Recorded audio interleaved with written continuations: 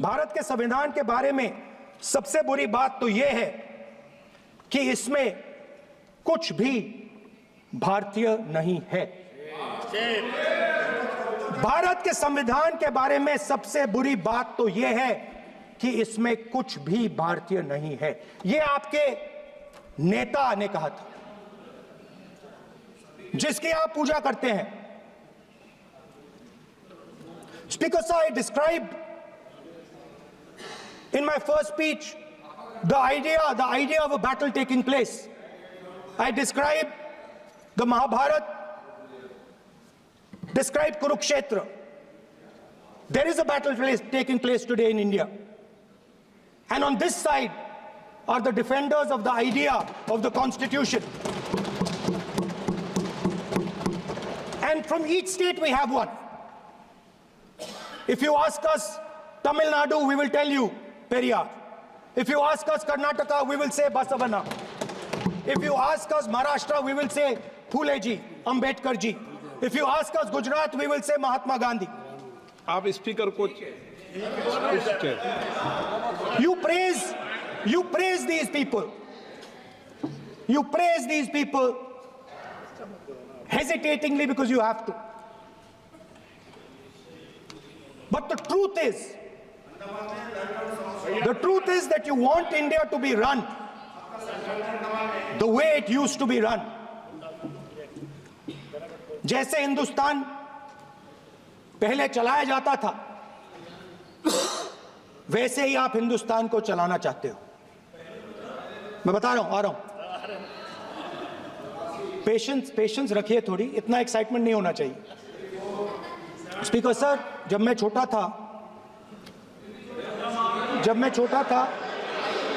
दिल्ली में, speaker sir, Delhi के चारों ओर जंगल हुआ करता था। जो आज यहां रहते हैं उनको ताजुब होगा कि एम्स के बिल्कुल बगल में जंगल शुरू होता था। जहां रेलवे म्यूजियम है वहां पे जंगल शुरू होता था। वैसे ही जंगल में, दोनों नॉर्थ और साउथ, वैसे ही जंगल में हजारों साल पहले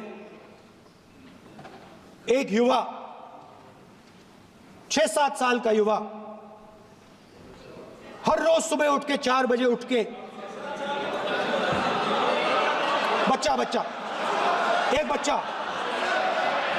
एक बच्चा, वाह बहुत बढ़िया, एक बच्चा 4 बजे उठ के तपस्या करता था। हर रोज सुबह तपस्या, हाँ, हर रोज सुबह वो धनुष उठाकर तीर कमान चलाता था और घंटे उसने तपस्या की, सालों के लिए उसने तपस्या की।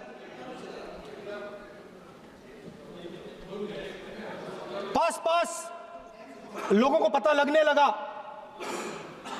कि लड़का है। यही तो आप नहीं समझ सकते हो, यही तो प्रॉब्लम है। धनुष में तपस्या है,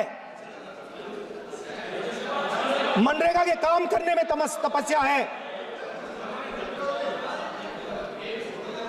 तपस्या का मतलब शरीर में गर्मी पैदा करना, समझिए। हाँ, तब का ये मतलब है, तपस्या का ये मतलब है। तो ये तपस्या कर रहा था, लोगों को पता लगा और वो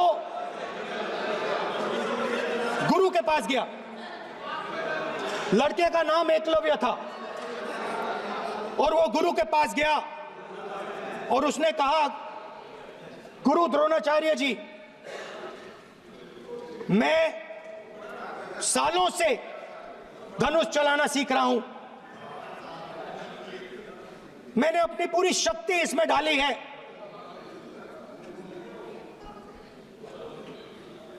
आप मेरी मदद कीजिए, आप मेरे गुरु बनिए।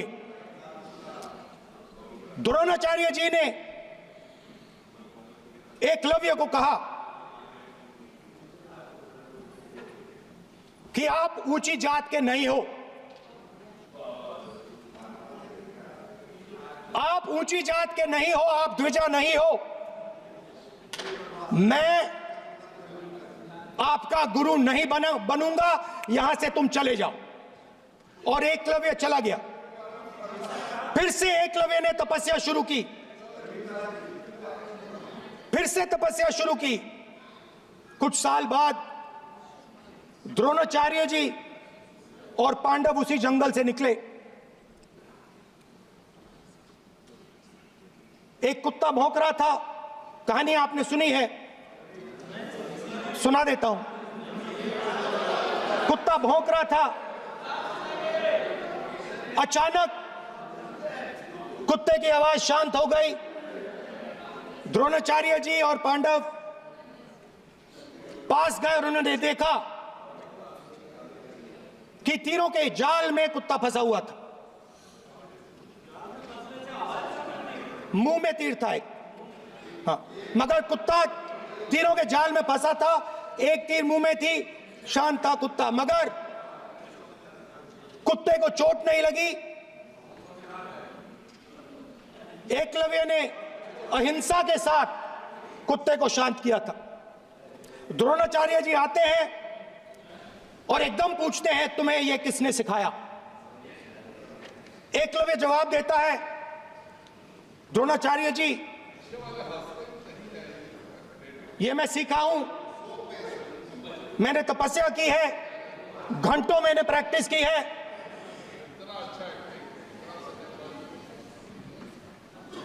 आपने मुझे गुरु बनने से मना किया था, तो मैंने एक मूर्ति,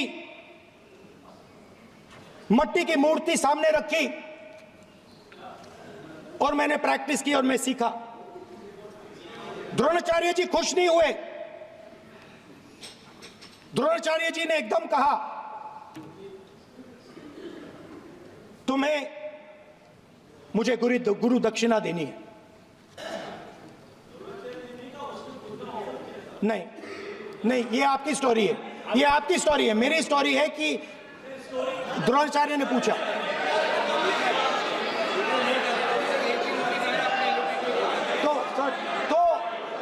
तो द्रोणाचार्य जी ने, Sir, the PM will not speak.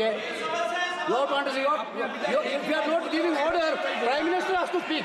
That's what want. If you are not giving protection, if you are not giving protection to LOP, then Prime Minister has to speak here. I will tell you. We will be very clear. ठीक है sir. माननीय सदस्य, आपको मैंने कई बार कहा, आप धमकी शब्दों में मत बोला करिए। एक मिनट जाती। द्रोणाचार्य जी संसदीय ने, कार्य मंत्री बोले, कितना डिस्टर्बेंस कर रहे थे। द्रोणाचार्य जी ने कहा कि मुझे आप गुरु दक्षिणा दीजिए। मेरी स्पीच ले ली आपने। तो द्रोणाचार्य जी ने उनसे कहा कि गुरु दक्षिणा के लिए मुझे तुम्हारा हुनर, तुम्हारा भविष्य, तुम्हारा अंगूठा चाहिए। और एकलव्य ने अंगूठा काट के द्रोणाचार्य को दे दिया।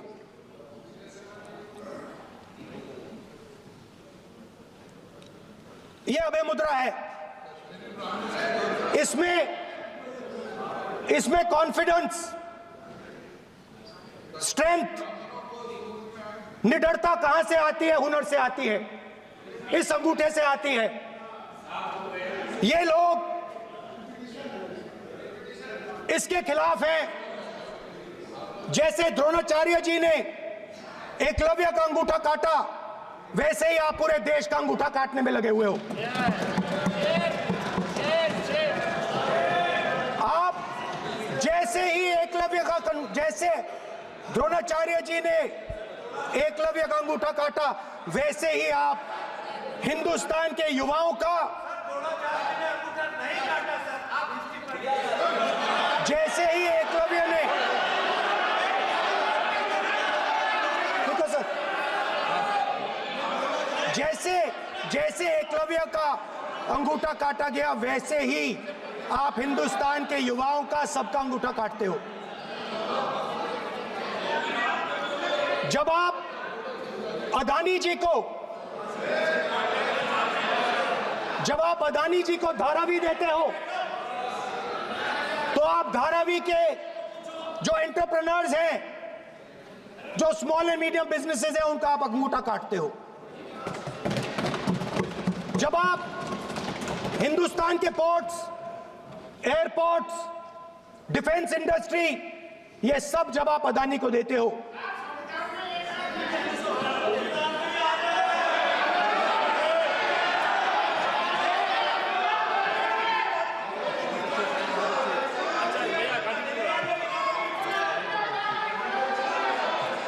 हिंदुस्तान के सारे जो फेयर प्ले बिजनेसेस हैं,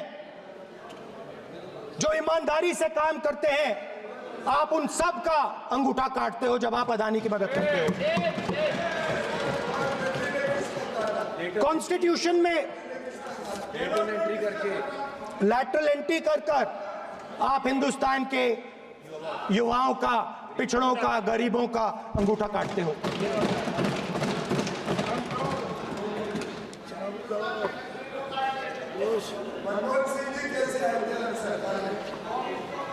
सर, स्पीकर सर, जैसे एकलव्य ने प्रैक्टिस की थी, वैसे ही हिंदुस्तान के युवा सुबह उठकर 4 बजे उठकर अलग अलग एग्जाम्स की तैयारी करते हैं। आपने देखा होगा, पहले हजारों युवा सुबह उठकर रनिंग करते थे, वेट ट्रेनिंग करते थे आर्मी में जाने के लिए। जब आपने अग्निवीर लागू किया तो आपने उन युवाओं की उंगली काटी। जब आप पेपर लीक कराते हो, 70 बार आपने पेपर लीक करवाया है, तब आप हिंदुस्तान के युवाओं का अंगूठा काटते हो।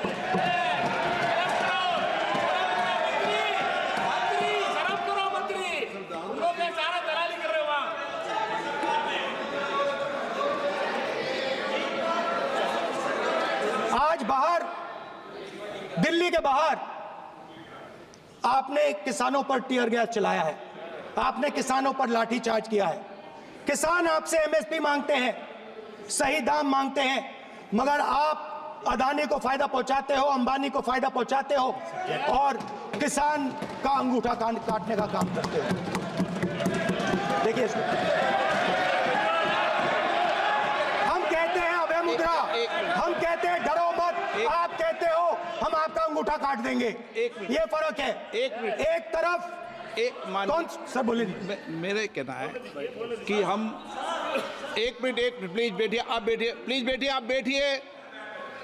आज हम भारत के संविधान की 75 वर्ष की गौरवशाली यात्रा कर रहे हैं और कर भाई ये चर्चा हुई थी कि हम संविधान की चर्चा करते समय उसकी उच्च कोटि की ये अपेक्षा है। आप स्पीकर सर, आप राष्ट्रपति भाषण नहीं है। कॉन्स्टिट्यूशन में कहीं नहीं लिखा है कि मोनोपोली होनी चाहिए। कॉन्स्टिट्यूशन में कहीं नहीं लिखा है कि पेपर लीक होना चाहिए। कॉन्स्टिट्यूशन में कहीं नहीं लिखा है कि अग्निवीर होना चाहिए। कॉन्स्टिट्यूशन में ये सब नहीं लिखा है, इसलिए मैं यहाँ रेज कर रहा हूँ। कॉन्स्टिट्यूशन में नहीं लिखा है कि हिंदुस्तान के युवाओं का अंगूठा काटना चाहिए, उनका जो हुनर है उनसे छीना जाना चाहिए।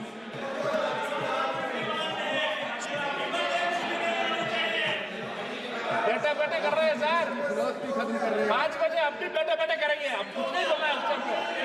5 बजे देखिएगा, 5 बजे देखिएगा क्या करते हैं। स्पीकर सर, मिलेगा। मैं कुछ दिन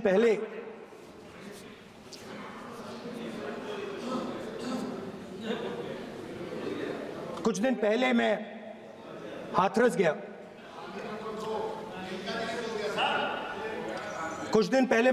गया। हाथरस में 4 साल पहले एक लड़की का बलात्कार होता है। गैंग रेप होता है। 3-4 लोग गैंग रेप करते हैं। मैं 2-3 दिन पहले उस लड़की के परिवार के घर में गया।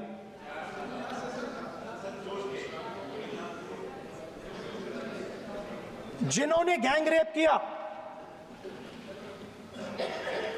वो बाहर घूम रहे हैं। और लड़की का परिवार अपने घर में बंद है। लड़की का परिवार बाहर नहीं जा सकता है। जो अपराधी हैं वो उनको रोज धमकाते हैं और वो बाहर घूमते हैं।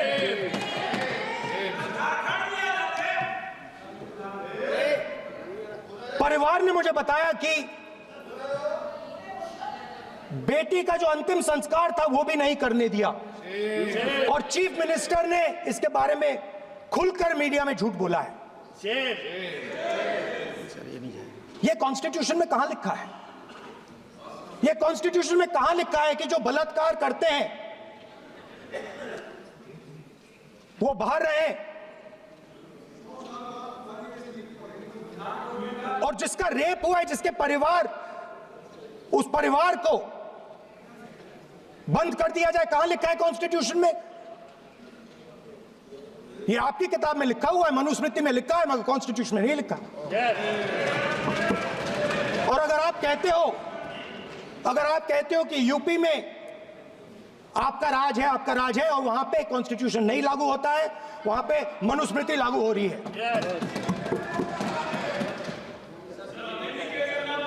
परिवार ने मुझे कहा कि यूपी की सरकार ने उन्हें वायदा किया था, कहा था कि हम आपका रिलोकेशन करेंगे, आपको कहीं और रहने की जमीन देंगे। आज तक 4 साल हो गए हैं, आज तक उनका रिलोकेशन नहीं किया गया है। और हर रोज उन्होंने मुझे फोटो दिखाई, वो बाहर निकलते हैं और जिन्होंने बलात्कार किया वो धमकाते हैं उनको। तो मैं इस हाउस में कहना चाहता हूं कि अंबेडकर जी के संविधान वाले लोग, इंडिया गठबंधन वाले लोग, हम सब मिलकर उस परिवार का रिलोकेशन हम करेंगे अगर आप नहीं करोगे तो। और हिंदुस्तान के हर गरीब व्यक्ति को हम ये कहना चाहते हैं, आपकी रक्षा कॉन्स्टिट्यूशन करता है और ये बीजेपी के लोग कॉन्स्टिट्यूशन पर 24 घंटा आक्रमण करते रहते हैं। कॉन्स्टिट्यूशन में लिखा है prohibition of discrimination on grounds of religion, race, caste, sex और place of birth. The state shall not discriminate against any citizen on grounds only of religion, race, caste, sex, place of birth, or any of them. Some days back, youngsters from Sambal came to see me. Innocent people, they had done nothing. They were just, वो बस पास में थे, 5 लोगों को गोली मार के हत्या कर दी। ये कहां लिखा है कॉन्स्टिट्यूशन में? ये कहां लिखा है? कॉन्स्टिट्यूशन में तो लिखा है prohibition of discrimination of grounds of religion. और जहां भी आप जाते हो, एक धर्म को दूसरे धर्म से लड़ाते हो, नफरत फैलाते हो। कहां लिखा है कॉन्स्टिट्यूशन में? कहां लिखा है कॉन्स्टिट्यूशन में कि एक धर्म को दूसरे धर्म से लड़ाना है?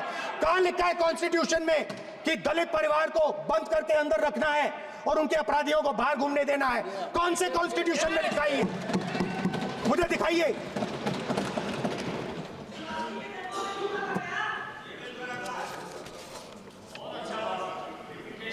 स्पीकर साहब, हमारी जो विचारधारा है, इंडिया गठबंधन की विचारधारा है, वो देश में कॉन्स्टिट्यूशन लाई है। हम सब मिलकर कॉन्स्टिट्यूशन की रक्षा करते हैं। अंबेडकर जी ने कहा था, if there is political equality but no social and economic equality, political equality will be destroyed. ये अंबेडकर जी के शब्द हैं और आज ये बात सबके सामने है। पॉलिटिकल इक्वालिटी जो थी वो खत्म हो गई है। हिंदुस्तान के सारे इंस्टीट्यूशंस कैप्चर कर लिए गए हैं। सोशल इक्वालिटी नहीं रही, फाइनेंशियल इकोनॉमिक इक्वालिटी नहीं रही। इसीलिए हमारा अगला कदम जाति जनगणना होगा। हम देश को दिखाना चाहते हैं कि आपने किन लोगों का और कहां कहां अंगूठा काटा है।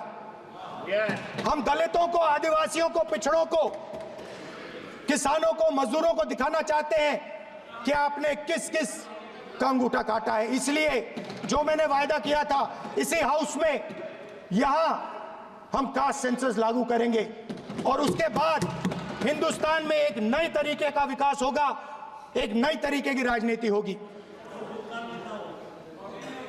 जो मैंने पहले कहा था, जो आपको अच्छा नहीं लगता है, 50% रिजर्वेशन, उस दीवार को हम यहां तोड़ेंगे। 50% रिजर्वेशन की दीवार और जाति जनगणना हम यहां करा के दिखाएंगे। आपको जो कहना है कर लो, कह लो।